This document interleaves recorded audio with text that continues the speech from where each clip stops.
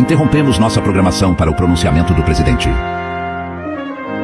Pessoal, tudo bem? É o seguinte, antes de mais nada, eu sei o que vocês vão falar, eu preciso cortar o cabelo, eu vou cortar, tá? Não é peruca não, pra quem fala que eu tenho peruca, não é não, tá? Mas é o seguinte, pessoal, eu escolhi responder isso aqui porque eu acho que vou me divertir respondendo. Quando me mandaram, eu dei risada. E não quero que vocês me interpretem mal. Não é porque um pescador tira um verme da terra que ele está se importando com o verme. Ele geralmente tira o verme da terra, põe no anzol e lança onde tem que lançar, tentando pegar um peixe maior, tentando pegar algo bem maior. E é exatamente o caso aqui. Eu vou iniciar com um verme, um cara... Verme que eu digo assim, de tamanho, de importância, com uma coisa bem pequena. Mas o intuito disso é falar de peixe grande e de coisas que são realmente importantes. Então eu estou usando isso aqui como isca, e se você ficar até o fim do vídeo comigo, você vai entender porque eu estou fazendo esse vídeo. E acompanha o meu raciocínio, que o que eu quero dizer realmente está lá no final. Mas não tem como eu dizer sem discorrer sobre tudo isso aí, ó.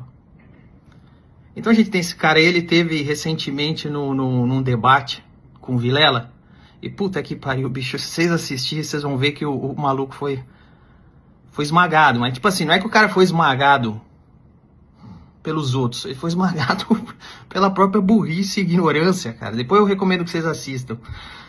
Mas vocês nem precisam assistir pra ver que o cara é burro mesmo, ignorante. Olha como o cara escreve hegemonia. Você vê que ele não conhece o que é hegemonia, nem no português. Aí você pode pensar assim, não, porra, mas é que o cara teve erro de digitação. O cara teve erro de digitação. Você fala, não sei não, velho, porque você vai ver o cara falar e também não sabe falar. Então é burro mesmo.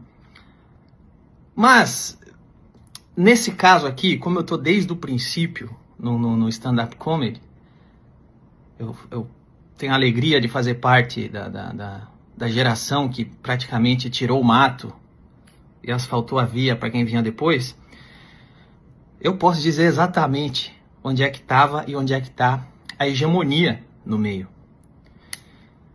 Olha, desde que o stand-up comedy iniciou, a hegemonia no meio artístico, sem dúvida alguma, é de esquerda. Isso é inegável. No meio jornalístico, no meio artístico, desde que a gente iniciou para cá, isso tem se equilibrado um pouco, porque tem aparecido bastante gente independente, mas não resta dúvidas que a hegemonia no meio artístico e na comédia é de esquerda. Não tem nada de direita ou centro-direita.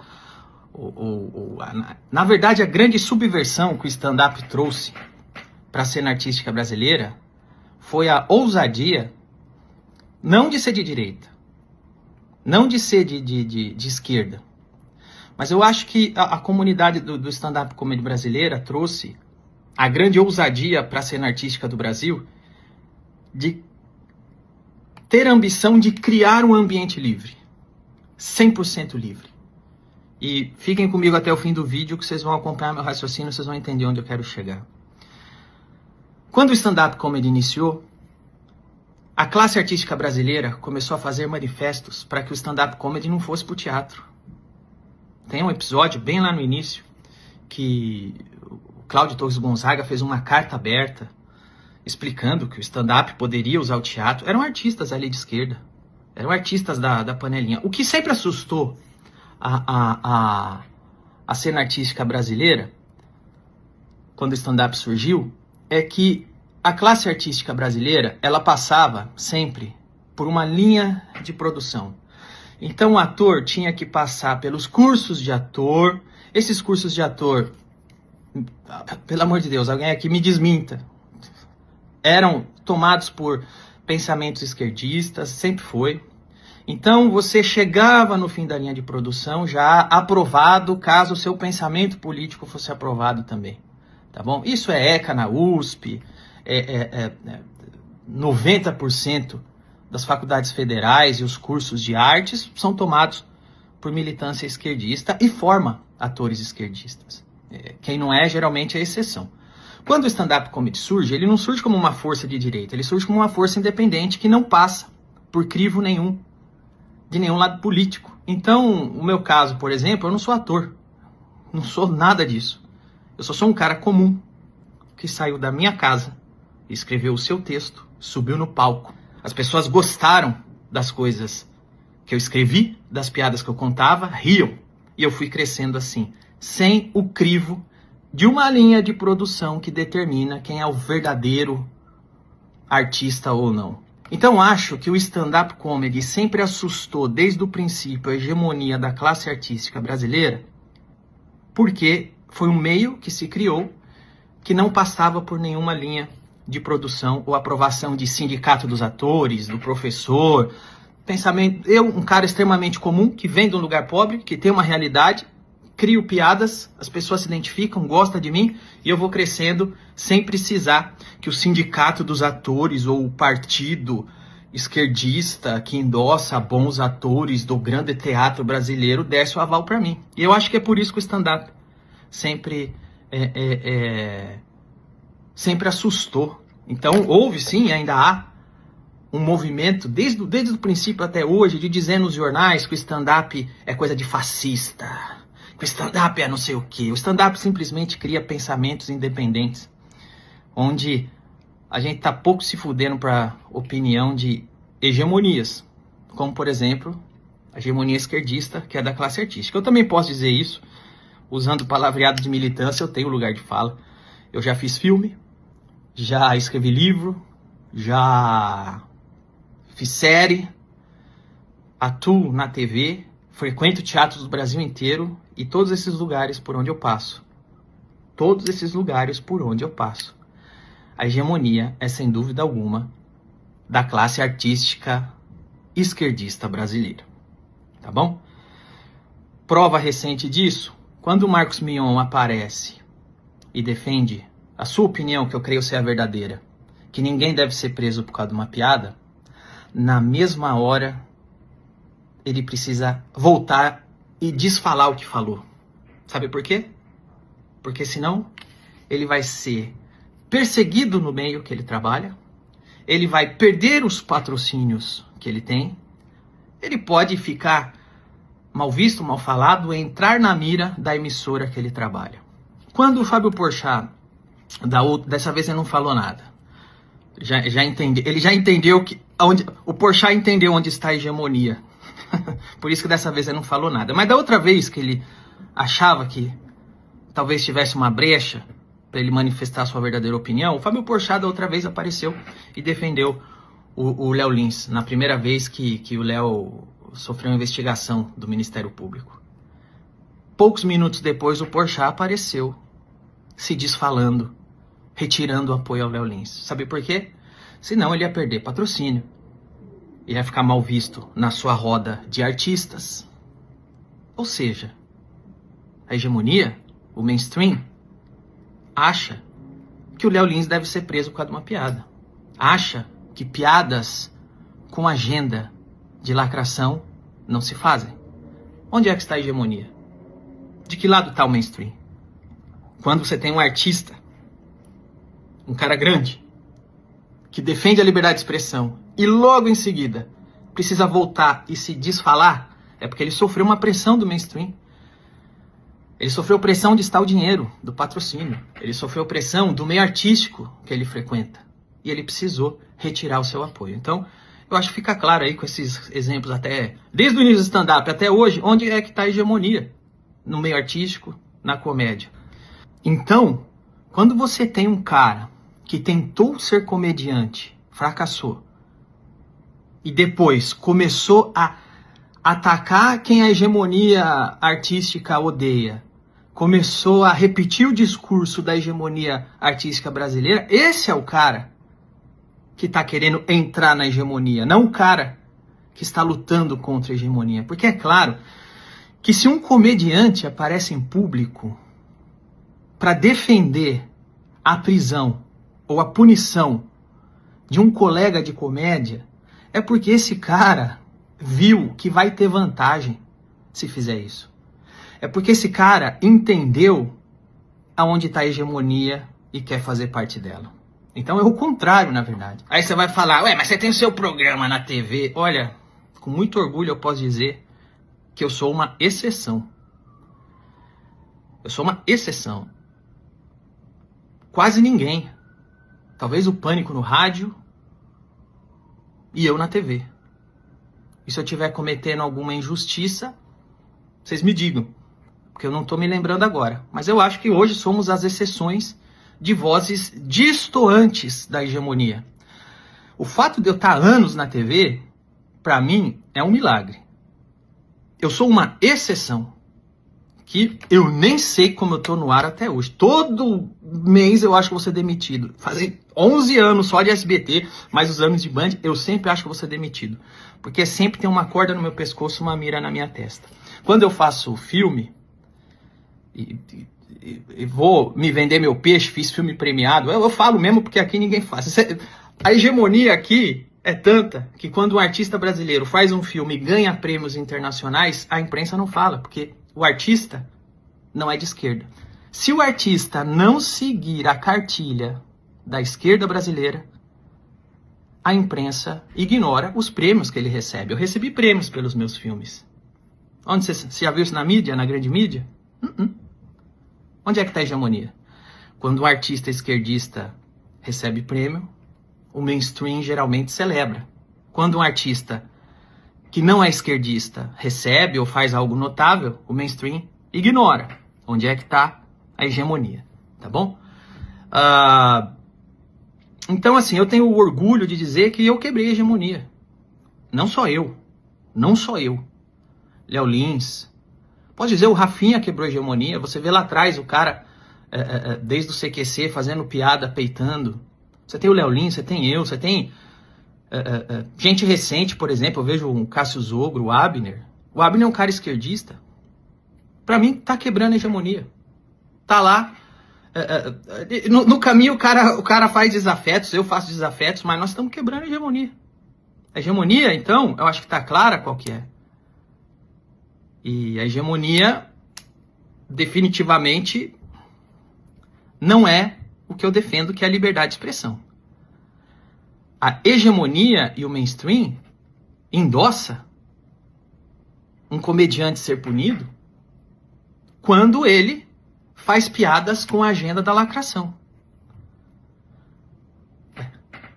Repetindo, Marcos Mion, Fábio Porchat aparecem a favor da liberdade de expressão, dizendo que não se prende comediante por piada. 5 minutos depois, a hegemonia pressiona o mainstream, o mercado publicitário, onde está o dinheiro, onde está o status, o jornalista, o meio artístico, pressiona o cara. Vai lá e retira o que você disse, senão o dinheiro para de entrar. Nós, os jornalistas, paramos de falar bem de você. Nós, a militância, vamos te perseguir. O meio artístico vai colocar você na mira. Vocês querem alguma outra prova onde está a hegemonia? Agora vamos falar aqui sobre subiu no palco. Veja só, nós somos militantes porque subimos no palco um dia pedindo o impeachment da Dilma. Pessoal, vamos... Aqui é o seguinte, esse palco foi na Avenida Paulista, 2015. Eu subi lá pedindo o impeachment da Dilma. Sabe por quê? Porque os anos de PT para mim como comediante foram um inferno. Não só para mim, como para outros humoristas, o Cacete Planeta mesmo sempre zoou o presidente, nunca teve problema nenhum. No governo Lula, começaram a censurar. Eu subi e subiria de novo.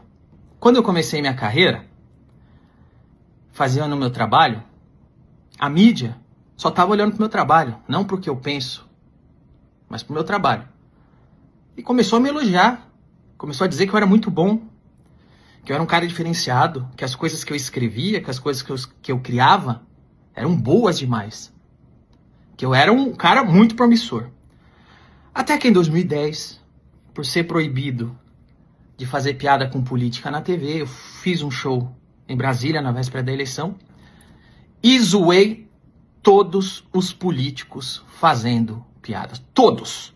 Os de esquerda, os de direita, os de centro. Mas, quando eu zoei o Lula, quando eu zoei a Dilma, o jogo virou para mim na imprensa. A imprensa que só falava bem de mim, que eu era o cara que eu ia no Congresso e peitava o Sarney, eu ia no Congresso e zoava o Bolsonaro, eu ia no Congresso e zoava aqueles deputados merda de direita, de centro-direita.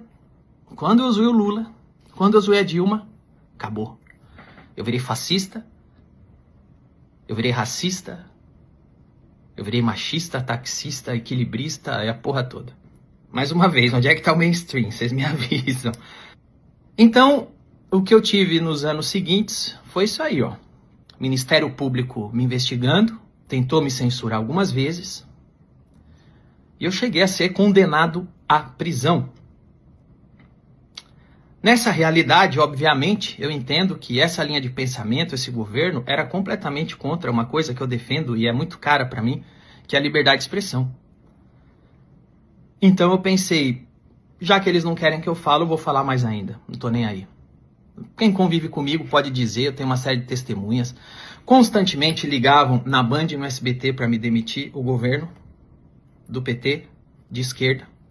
Tentaram me prender. Mandaram para mim censuras, fizeram retirar coisas da internet. Eu tenho todo o histórico aí para comprovar, tá bom? Aí, obviamente, quando entra o impeachment da Dilma e tem um palco na Paulista, eu falo, eu vou subir aí porque eu quero que essa porra caia. Essa porra me fudeu a vida toda, esse governo tá dizendo que eu não posso contar piada, pra mim não serve. E eu subi lá sim, subiria de novo. Outros comediantes também subiram. Nil Agra, Vilela, Léo Lins, Cris Paiva. Só que eu vou falar uma coisa pra vocês. Nós subimos lá e fizemos um discurso pró-liberdade de expressão. E para contar piadas sobre um governo que estava cerceando a liberdade de expressão. Para quem gosta do jogo oprimido-opressor, eu sempre acho que o opressor é o governo. Meu discurso é esse. Para mim, o governo tá sempre oprimindo com taxa, com polícia, seja de direita, de esquerda, de centro. De um lado tá o governo, ou tô do outro. Tô do lado do cidadão comum, que é o que eu sou. Essa é a minha natureza. Tenho minhas convicções, já vou falar disso. Mas nós estávamos lá zoando o poder estabelecido naquele momento.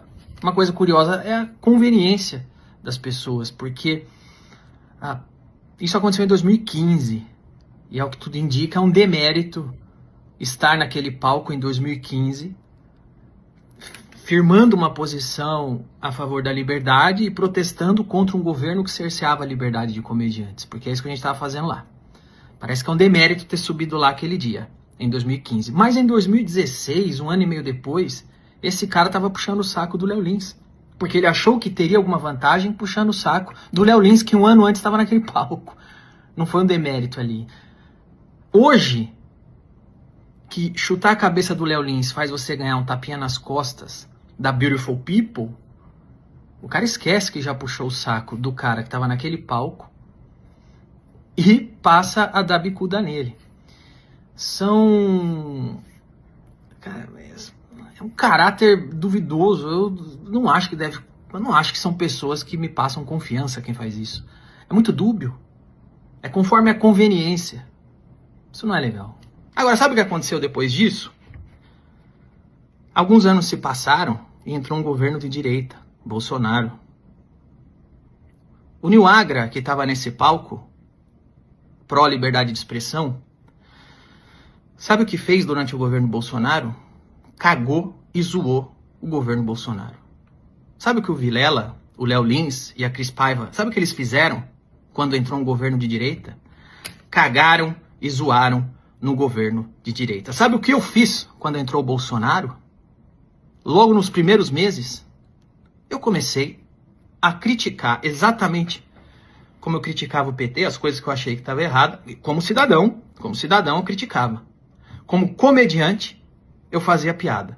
Na minha profissão de comediante, no palco, no meu espaço, nos espaços que eu tenho como comediante, eu zoei. Sabe o que eu ganhei? A mesma coisa que eu ganhei do outro governo quando eu zoava eles. Olha aí, ó. Fui sim perseguido. Sofri sim tentativa de censura oficial do governo Bolsonaro. articularam a minha prisão também. Quem conviveu comigo sabe, foi por um triz que eu não fui preso.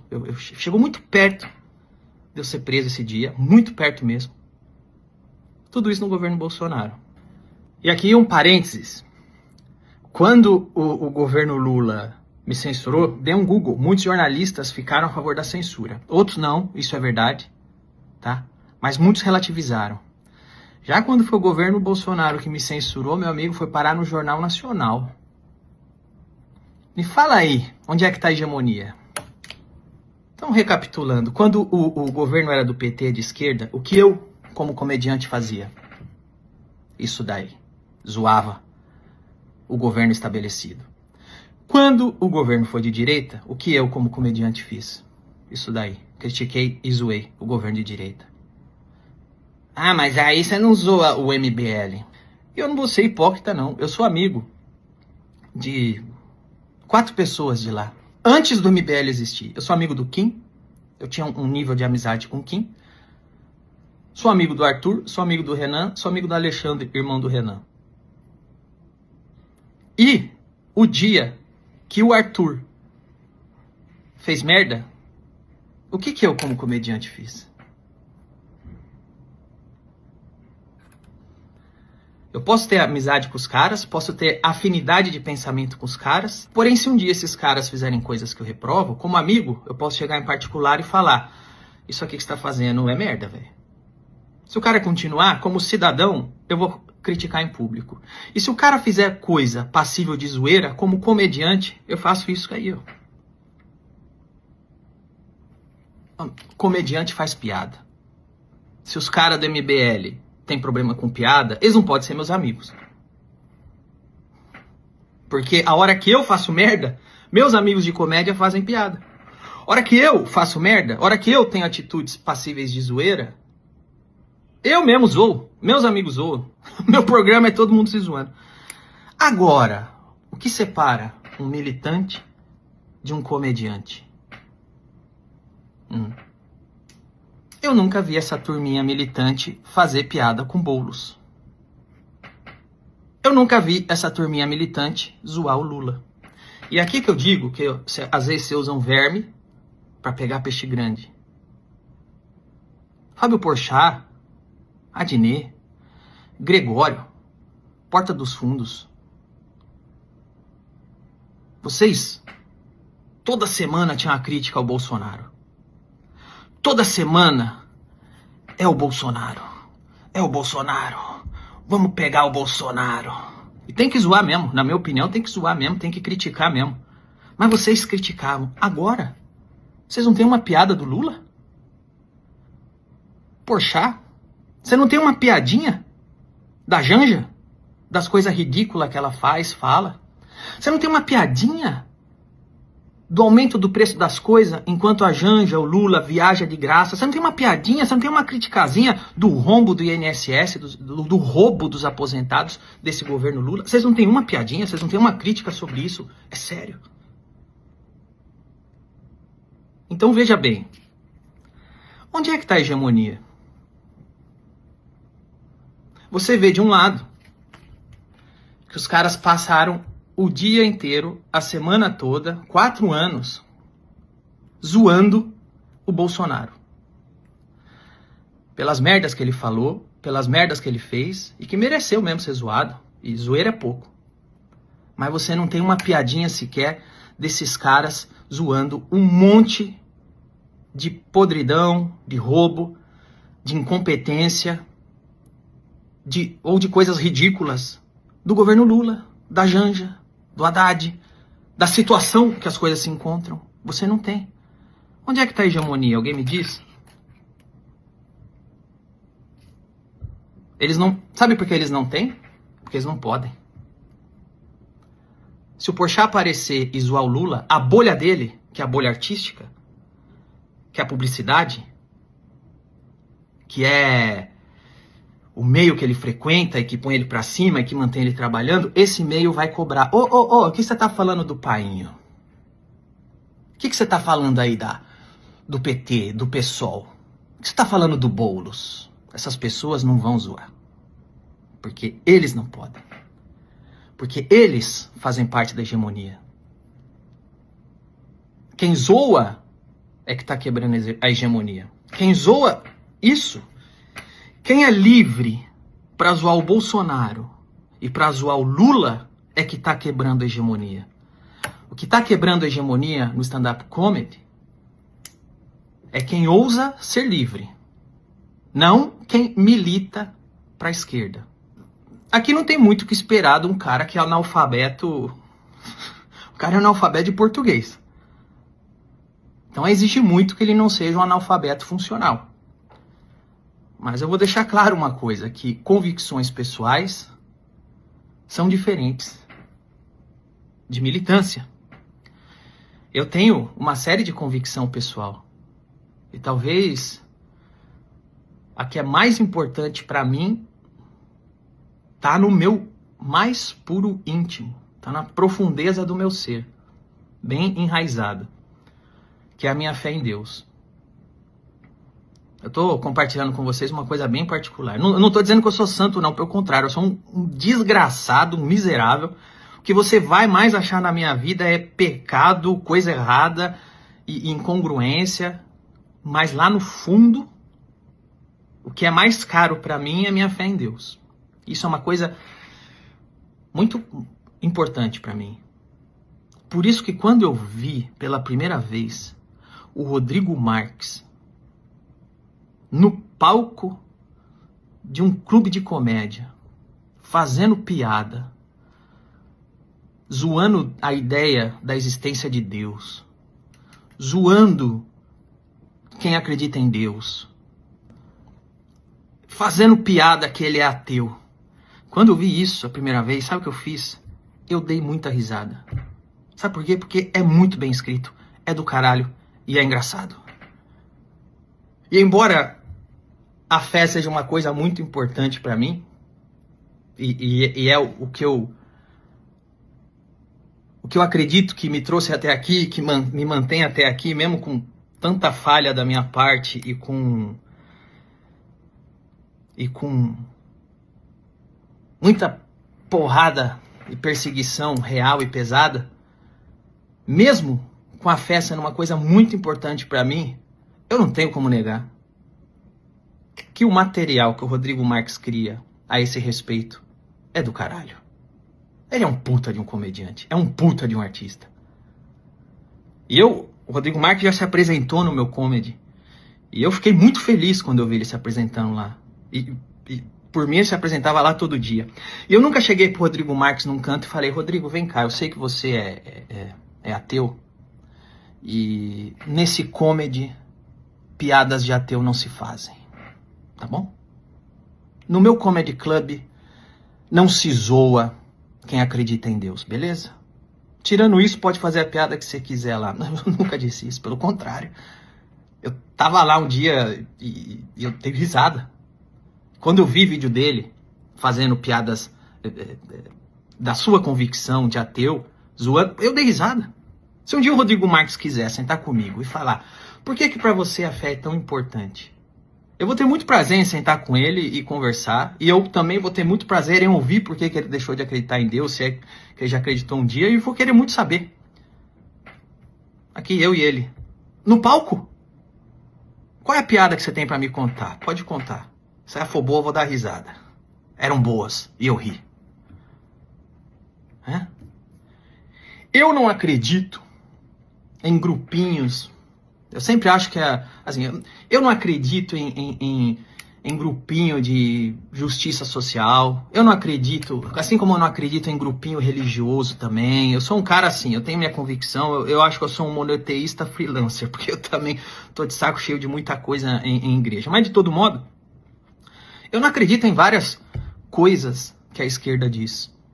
Eu nunca cheguei no meu comedy club e falei: não vai fazer piada aqui exaltando a esquerda, hein? Essas piadas aqui não se fazem. Eu nunca disse isso. As pessoas vão no meu comedy, fazem a piada que quer. Essa é a diferença de você ter convicções pessoais e ser um militante na comédia. Eu tenho minhas convicções pessoais, tenho minhas convicções pessoais políticas. Se você sentar para conversar, eu sou um cara que defende menos Estado, porque a minha experiência de vida me fez entender que quando eu era pobre, lá em Santo André, esse tanto de imposto, tanto de taxa, atrapalhou tanto a vida do meu pai, a minha vida, o meu crescimento. Eu consigo, hoje que eu tenho mais dinheiro, graças a Deus, eu consigo viajar e entender que os lugares mais legais que eu viajo têm um pensamento de liberdade, tem um pensamento de liberdade econômica que eu gostaria que tivesse no Brasil. São convicções pessoais minhas. Agora, a diferença entre uma convicção pessoal e uma militância é eu aparecer e dizer que quem falar contra liberalismo econômico não entra no meu bar. Ou quem falar contra Deus tem que ser preso, tem que ser punido. Quem falar contra os meus pensamentos políticos deve ser punido. Piadas assim não se fazem. A lei tem que contemplar que quem fizer isso tem que ir preso. Isso é uma militância. E é isso que esse verme faz. É isso que esse verme faz.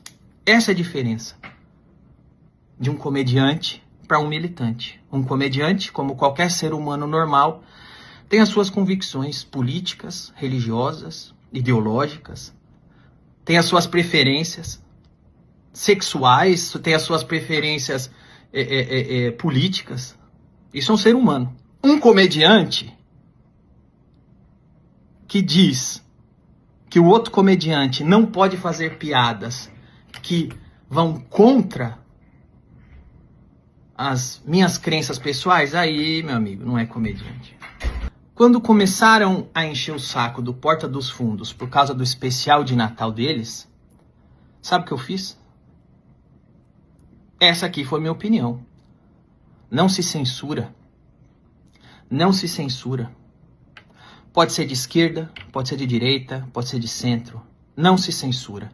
Se eles querem fazer o especial de Natal zoando Jesus, zoando o Natal, eles têm o direito. Porque pra mim, defender liberdade de expressão é defender as pessoas que falam coisas que eu não concordo. E quando eles fazem um especial de Natal, que talvez eu não ache graça, muitas outras pessoas acham. E eu não tenho direito de proibir ou de impedir que as pessoas riam de algo que eu não acho engraçado. Vamos falar de hegemonia de novo?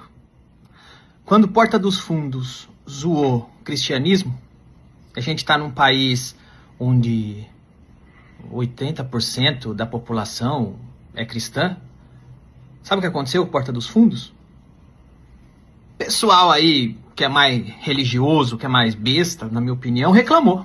Ficou lá, ai gente, não pode zoar, ai.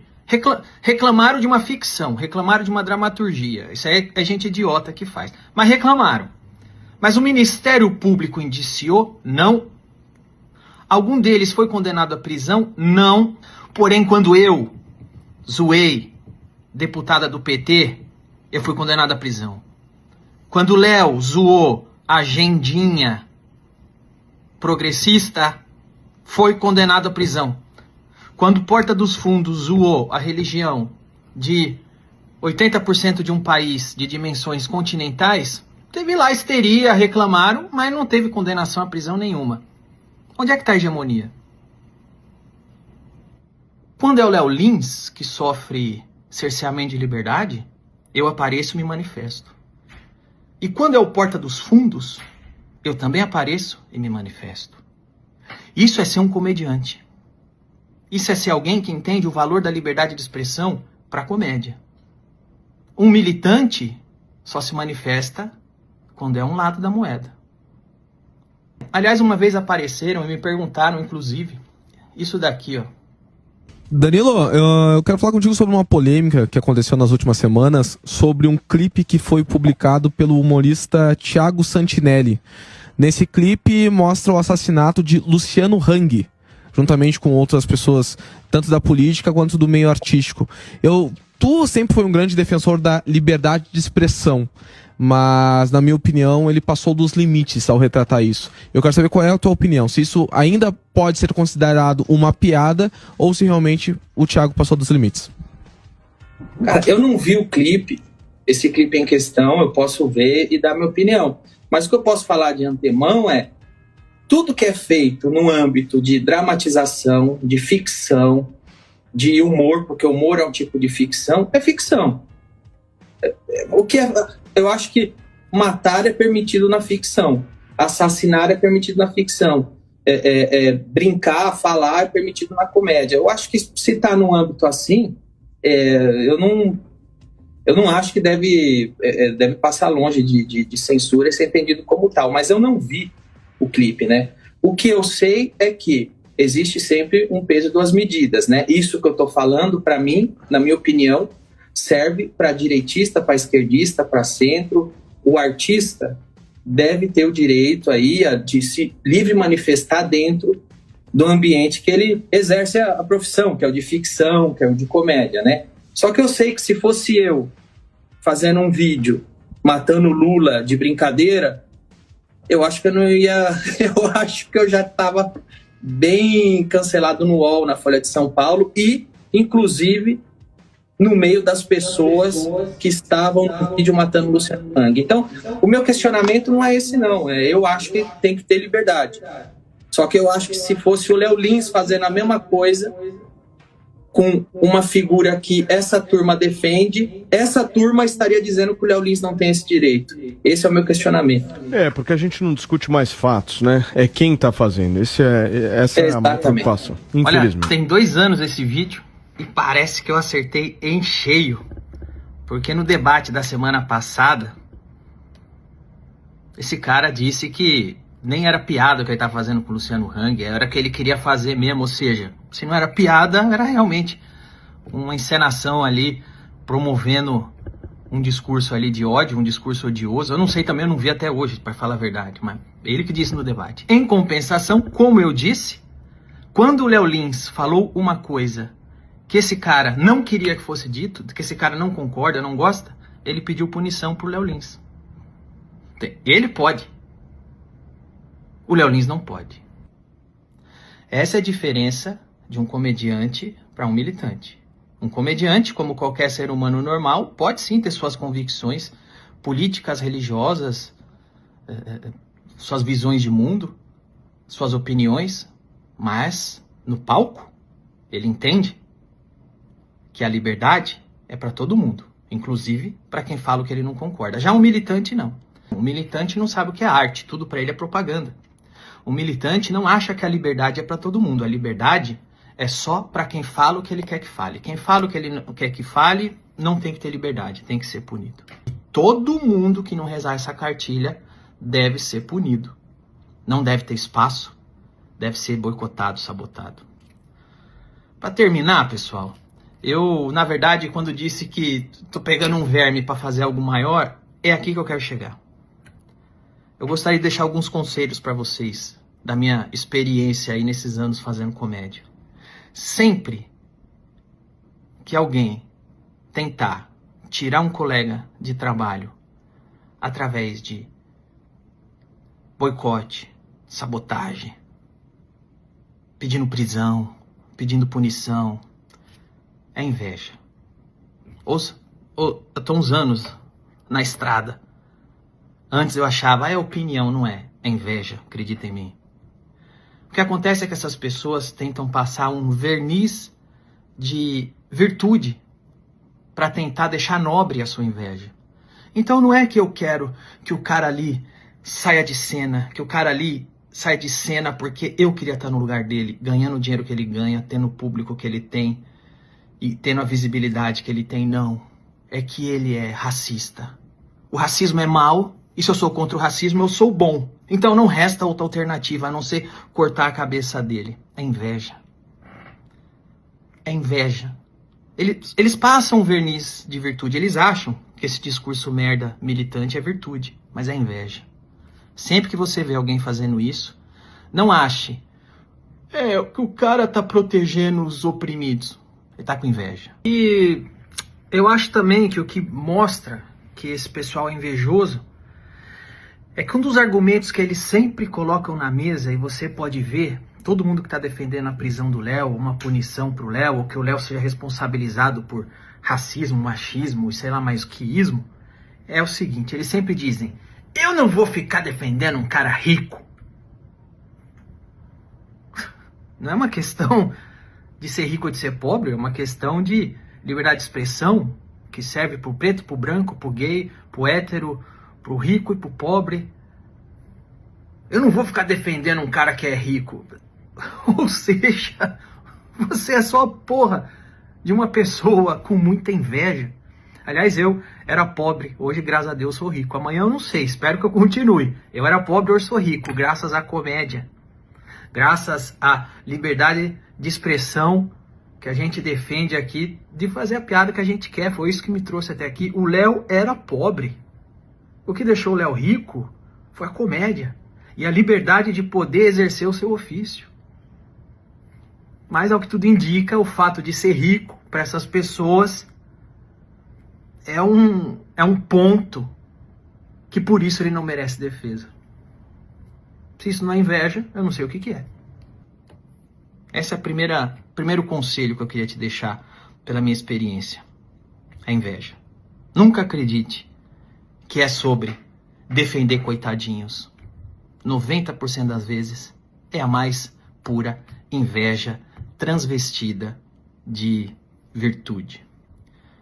O segundo conselho que eu quero deixar para vocês nesses anos todos é que quanto mais velho eu fico, mais eu percebo que todas as vezes que eu briguei na internet por política, eu fui um puta de um idiota. Então um conselho aqui de um cara que talvez esteja alguns anos na sua frente. Nunca brigue com seu amigo, com alguém que te estendeu a mão, com alguém que já foi legal com você. Nunca brigue com essa pessoa por causa de política. Nunca. Nunca brigue com quem você não conhece por causa de política. Não vale a pena. Os filha da puta chegam lá onde tem que chegar e põe no teu rabo. Hoje você tem PL e PT votando em prol do fundão partidário. Votando para aumentar a conta de luz. Eles não estão nem aí para você. Não briguem com ninguém por causa de política. Não compra discurso dos outros. Você tem as suas convicções, é o que você acha. Não brigue com seu pai, com a sua irmã, com seu amigo, com alguém que já te estendeu a mão por causa de política. Eu tive pessoas que eu achava que eram minhas amigas, que eu nunca fiz nada contra. Eu já falei isso, eu tô repetindo. Que um dia eu chego em casa e a pessoa tá me xingando, tá cortando minha cabeça em público. Por quê? Porque eles estão tentando agradar uma hegemonia. Eles são pessoas invejosas, eles fracassam no que se propuseram a fazer. Eles tentaram fazer comédia, deram errado. Então ele vê que aquele artista que está rezando a cartilha do mainstream fecha a publicidade, vai pra Globo, faz série. Ele fala, opa, eu vou puxar o saco. O que é pra fazer? É pra falar essas coisas? Eu vou falar. Quem que vocês não gostam? Vocês não gostam do Léo? Eu vou lá chutar o Léo então. Vocês não gostam do Danilo? Eu vou lá chutar o Danilo então. Agora me dá um biscoitinho. Não faz isso. Não brigue. Não brigue com seus amigos, com pessoas que foram legais com você, por causa de política. É o segundo conselho que eu deixo. E o terceiro conselho que eu deixo, esse é a batata. Pelos meus anos de estrada, lembrem-se de uma coisa. Um comediante que aparece em público dizendo que o outro comediante deve ser punido porque fez uma piada, esse cara não é comediante. Nunca foi e não vai ser. Duvide do caráter desse cara. Cuidado. Um cara que faz isso com a própria profissão, porque não vai fazer com você. E o último conselho que eu dou é, vocês gostam de comédia livre? Então, vocês têm que conhecer o My Fucking Comedy Club, tá bom? É um comedy club que eu criei pra ter comédia livre. Aqui não tem militância, não. Você vai ver piada de tudo lá. E se você é militante, de direita ou de esquerda, não vai no meu comedy achando que você vai ver piada exaltando o Bolsonaro, exaltando o Lula. Não, aqui nós vamos fazer piada. Vai subir lá comediante de tudo que é tipo, fazendo as piadas que eles quiserem. Você gosta de humor livre? Esse é o seu lugar. Siga aí, My Fucking Comedy Club. Valeu!